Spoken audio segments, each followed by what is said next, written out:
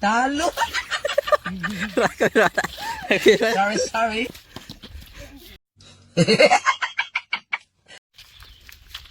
Hiền. Tôi nhập á. Đây. Thấy nè.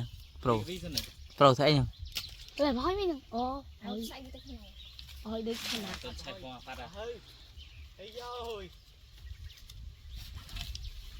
Ừ, tạo với lực son.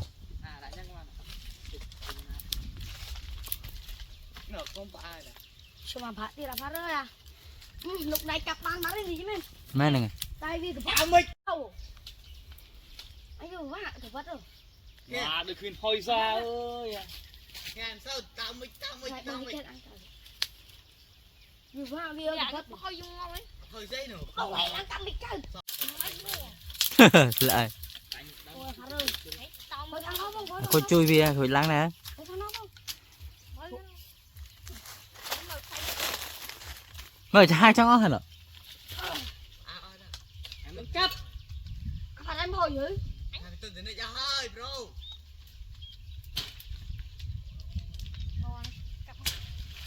Bật một ô các bạn tách lỗ mà.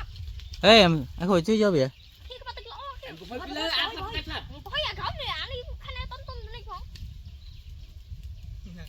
Cũng bao khi nó xiêm. Cái à. Một thằng ham. Ôi ngủ. Em đã hơi bị lơ món xong rồi. Vì bị lơ cái bao đi không? Em đã bị lơ cái bao gì? Lơ cái bao lắm nhẹ. Nó thơm. Nhưng nó cho. Nhưng đã phá rồi. Mình thử. Mình cho khéo đi. Hảo pin cái bao lắm nhẹ. Về mau. À kia cắt tay nào? Kia cắt tay nó kìa. Năng cái tuần đến đây ra cái ban năm. Cùng mình có bài những tay về tê.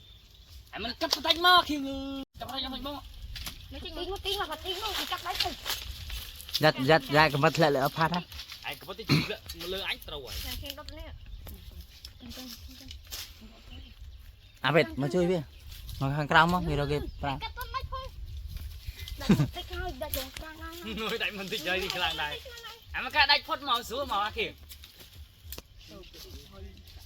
Ui kêu viêm cắt phải đánh phốt đánh màu. Hãy cắt đánh mà. Em mình cắt đánh từ không. Ôi ơi. Anh nức lên đặt, lên đặt. Căng. Lướt áo vật căng đi kìa. Ông bảo em cặp. Nhà này mày đi ao thôi sao? Lại lên đi chứ. Bởi cặp tung view vào đây nè. À phát tụm á. Nó đi đâu? Đấy cắt phách không mấy. Bắt đi. Wow, đánh bắt đi đó. Tới lướt lên. À khôi cho mau. Sai.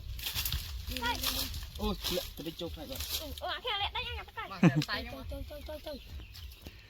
Chơi. Cái búi cái này mình cái tay. À khôi mấy mang lang chui bia. Cái viêm say màu. À khôi. Hỏi bom không? Khôi lang mình tới giờ hay hơi mình tuần. Lướt này. Trông cáo chứ mà. Lấy. Lấy chuyện từ. Ơi này là han đấy.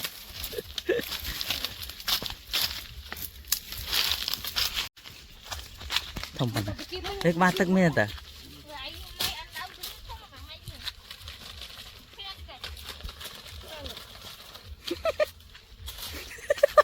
Rồi. Anh mình cái tay